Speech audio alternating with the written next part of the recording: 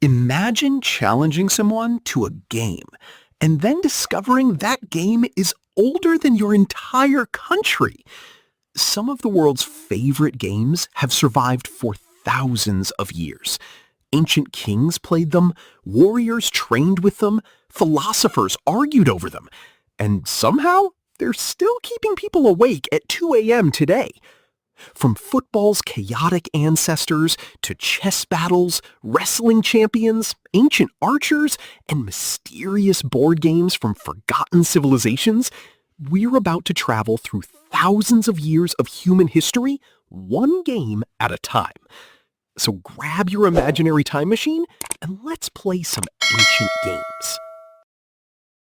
Before humans invented chess, football, or complicated board games, they invented a much simpler game. Can I throw this guy on the ground? Welcome to wrestling, the sport that's been around for over 5,000 years. Ancient Egyptians were already wrestling thousands of years ago. In fact, archaeologists found tomb paintings showing hundreds of wrestling moves. Apparently, even in ancient times, people enjoyed turning friendly disagreements into full-body physics experiments. Then came the Greeks, who absolutely loved wrestling. It became one of the biggest events in the ancient Olympics. Athletes trained for years, covered themselves in olive oil, and then attempted to launch each other into the dirt. Ancient sports science was different. The Romans joined in too, because if the Greeks were doing something competitive, the Romans wanted an even bigger version of it. What's amazing is that many wrestling techniques used today look surprisingly similar to the ones painted on Egyptian walls thousands of years ago. Think about that. Civilizations rose and fell, empires disappeared, entire languages vanished. But somewhere on Earth, two humans were still grabbing each other and trying to win an argument with gravity. Some traditions truly never die. Long before computers generated random numbers, humans had a much simpler solution. Throw a small object and hope for the best. Welcome to the history of dice games, one of humanity's oldest ways of making questionable decisions. The earliest dice appeared over 5,000 years ago in Mesopotamia and ancient Egypt. But before people carved proper dice, they used something even stranger: animal knuckle bones. That's right. Imagine inviting your friends over and saying, "Who wants to play a fun game with sheep ankles?" Somehow, it caught on. Ancient people used dice for games, gambling, fortune-telling, and probably settling arguments that nobody wanted to solve logically. As civilizations grew, dice became more sophisticated.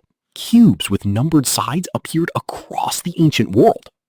Suddenly, luck had a standardized format.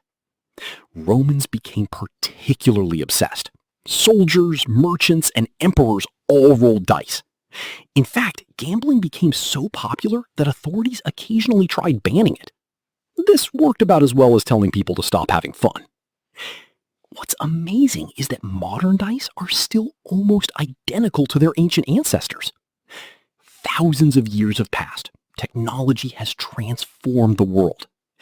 Yet humans still gather around tables, roll tiny cubes, and confidently believe that this time, luck is definitely on their side. It usually isn't. Some games become popular for a few years and disappear. Backgammon looked at 5,000 years of human history and said, "I can do better." Backgammon is one of the oldest board games still played today. Its ancestors appeared in ancient Mesopotamia around 3000 BCE, making it older than most countries, most languages, and definitely older than your smartphone. Archaeologists have discovered ancient game boards buried in royal tombs. Imagine being so committed to a game that people decide you'll need it in the afterlife. Ancient kings, merchants, and travelers all played versions of it. Wherever trade routes went, the game followed.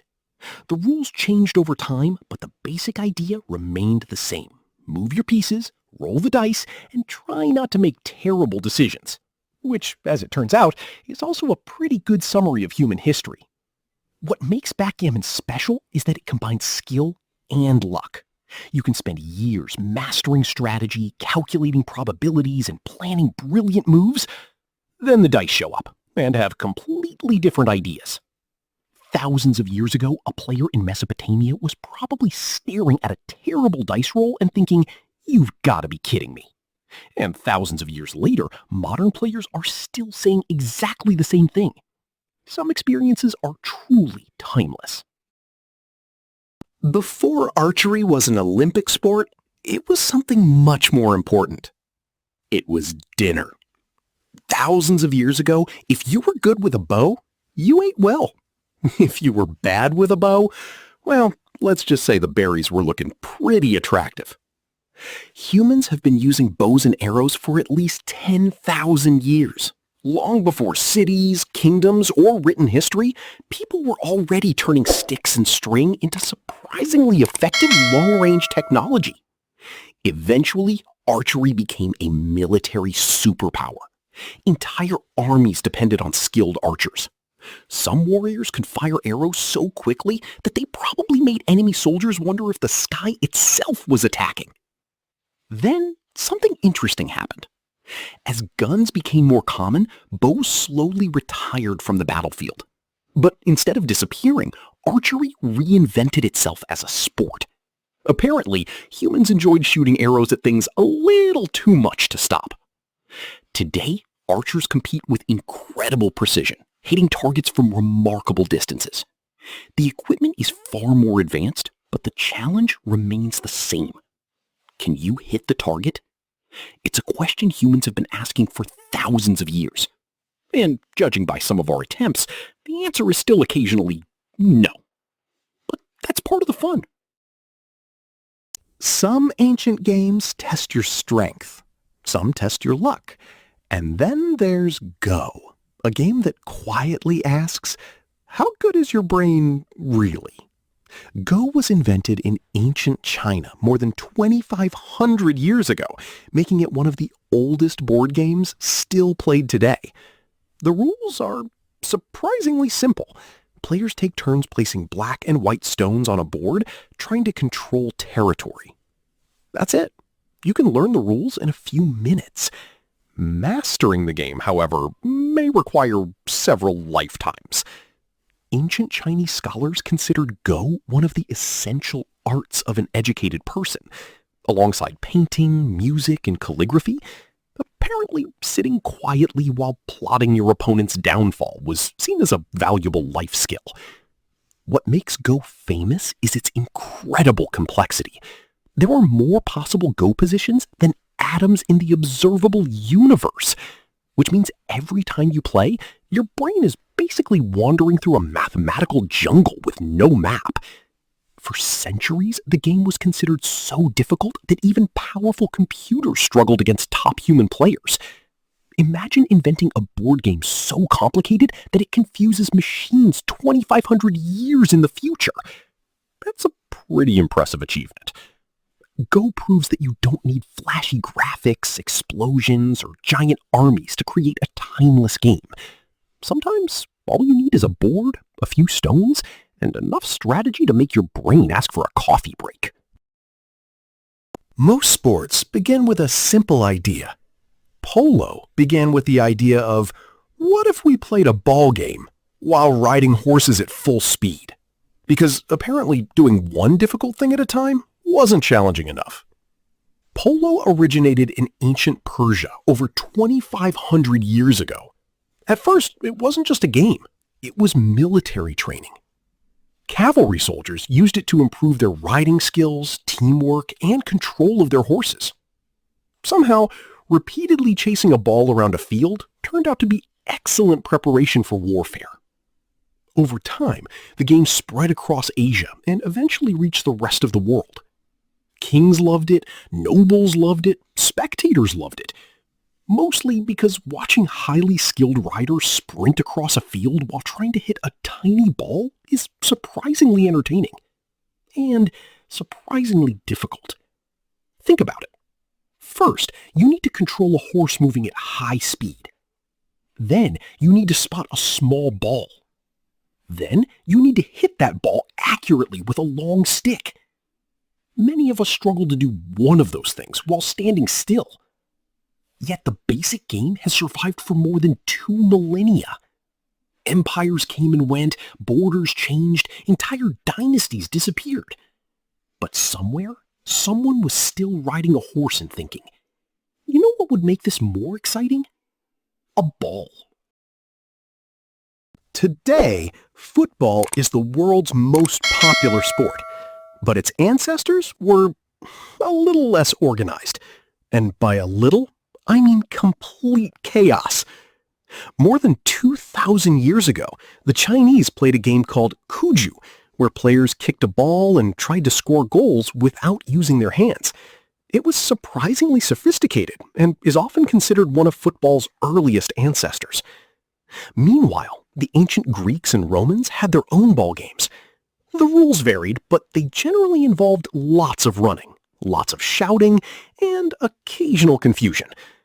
Then came medieval Europe, where football became something truly special.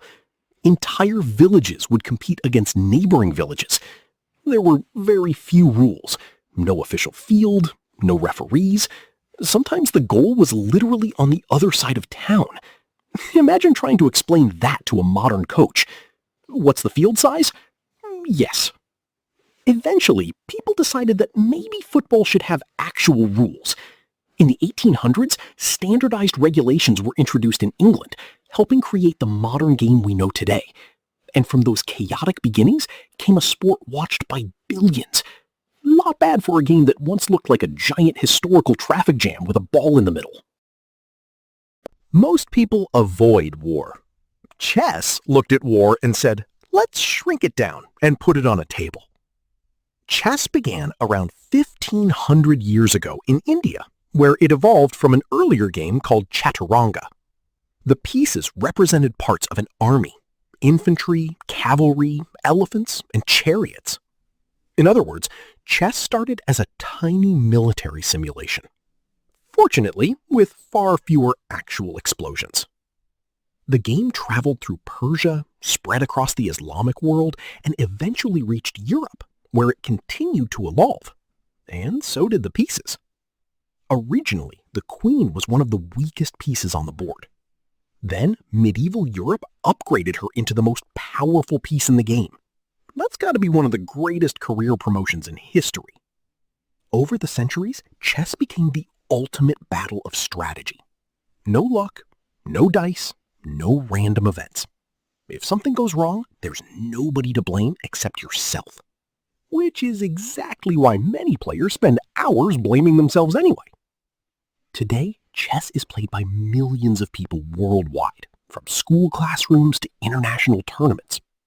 And despite computers now being unbelievably strong at the game, humans still can't resist sitting down, staring at 64 squares, and thinking, this time my plan is brilliant. 5 moves later, the king usually disagrees. Most sports ask you to run. Some ask you to tackle. Kabaddi looked at both and said, let's do that, but without breathing. Welcome to one of the oldest and most unique sports still played today. Kabaddi has roots that go back thousands of years in South Asia. While its exact origins are debated, versions of the game have been played for centuries in villages across the region. The rules sound surprisingly simple. A player, called a raider, runs into the opposing team's territory, tags opponents, and tries to return safely. Easy enough. There's just one catch.